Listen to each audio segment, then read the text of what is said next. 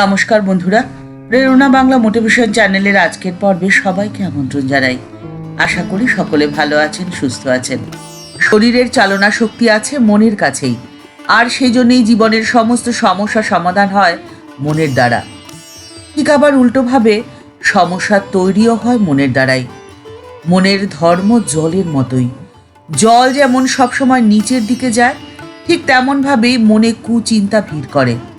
মনকে তাই ধরে রাখা, সংযত রাখা অত্যন্ত প্রয়োজন।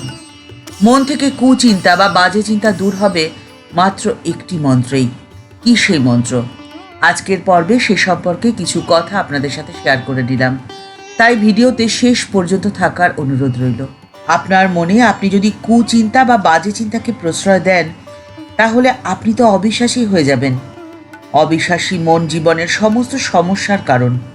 আপনার জীবন থেকে সমস্ত সুখ কেড়ে নেবে।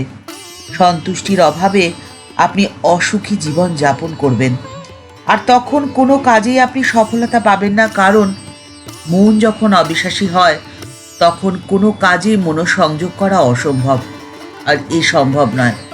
আর আপনি যদি মনোসংযোগ দিয়ে কোনো কাজই করতে না পারেন, তাহলে কাজের সফলতা আপনি কিভাবে পাবেন? কুচিন্তা যখন আপনার মাথায় ভিড় করে আসবে, তখন আপনার নিজের প্রতি যেমন বিশ্বাস থাকবে না, ঠিক তেমনভাবেই থাকবে না ঈশ্বরের প্রতি বিশ্বাস। সর্বশক্তিমানের প্রতি অবিশ্বাস আপনার জীবনে অসফলতার কারণ এনে দেবে।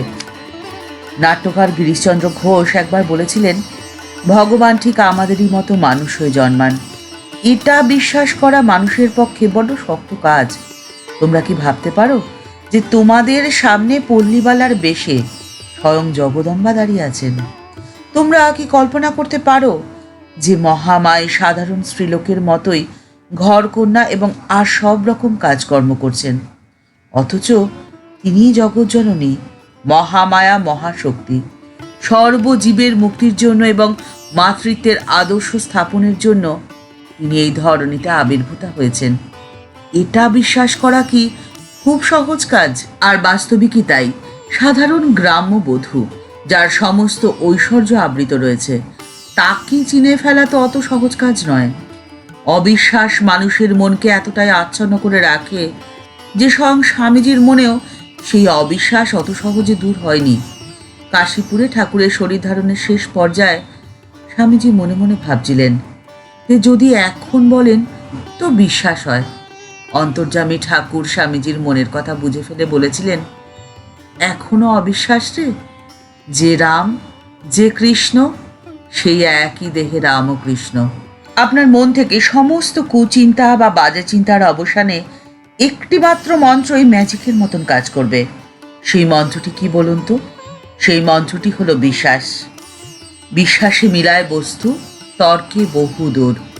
রানী রাসমণি কর্তৃক মা ভবতারিণীর বিগ্রহ স্থাপনে দক্ষিণেশ্বরে মন্দির তৈরির পেছনের শক্তিটিও কিন্তু সেই একটি মন্ত্র, বিশ্বাস।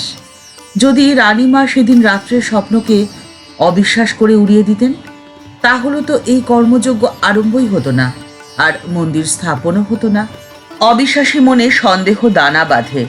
নিজের প্রতি যদি আপনার নিজের বিশ্বাসী না থাকে, তাহলে ঈশ্বরে বিশ্বাস আসা তো অসম্ভব। আর তখন আপনার সামনে স্বয়ং ঈশ্বর আসলেও আপনি তাকে চিনতেই পারবেন না।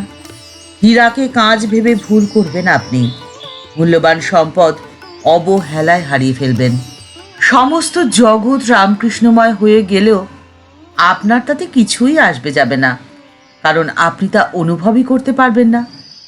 ঠাকুর শ্রী রামকৃষ্ণ পরমহংসদেব বলছেন, যাদের হৃদয় ঈশ্বরকে পাওয়ার জন্য তীব্র ব্যাকুলতা হয়, ঈশ্বর তাদের কাজ কমিয়ে দেন। সাধনের আনন্দে তাদের কর্ম থেকে ছুটি মেলে। তারা অবসর নেয় না, তাদের অবসর হয়। আর যাদের সেই ব্যাকুলতা নেই, আমাদের মতো সে সমস্ত সাধারণ জনকে হিসেব করে কর্ম থেকে অবসর নিতে হয়। তারপর ভাবতে হয় কি করে কর্মজীবনের পরবর্তী অবসরের অধ্যায়টি আনন্দে কাটাবো। তাই জীবনে যদি আনন্দে থাকতে হয়, সবার আগে প্রয়োজন ব্যাকুলতা।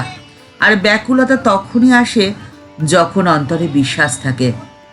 ঠাকুর বলছেন, যতক্ষণ কাঁচা ঘি ততক্ষণই কলকলানি শোনা যায়, পাকা হলে আর শব্দ থাকে না। যার যেমন মন, ঈশ্বরকে তো সে সেরকমই দেখে। আমি দেখেছি বড় মানুষের বাড়ির ছবি, কুইনের ছবি আছে, আবার ভক্তের বাড়ি, সেখানে ঠাকুরদের ছবি থাকে। দেখো, পূর্ণজ্ঞানের লক্ষণ আছে, সমস্ত বিচার বন্ধ হয়ে যায়। ওই যা বললুম, কাঁচা থাকলেই ঘিয়ের কলকলানি হয়। আপনার অন্তরে যদি বিশ্বাস থাকে, তাহলে সেই বিশ্বাসের শক্তিতে আপনি এতটাই শক্তিশালী হবেন যে আপনি আপনার চারপাশে ঈশ্বরের উপস্থিতি অনুভব করতে পারবেন।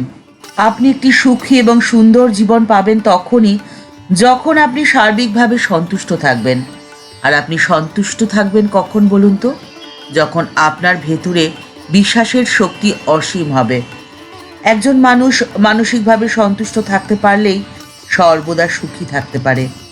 তাই সন্তোষের উপলব্ধি মানব জীবনযাপন শৈলীকে সমৃদ্ধ করে তোলে।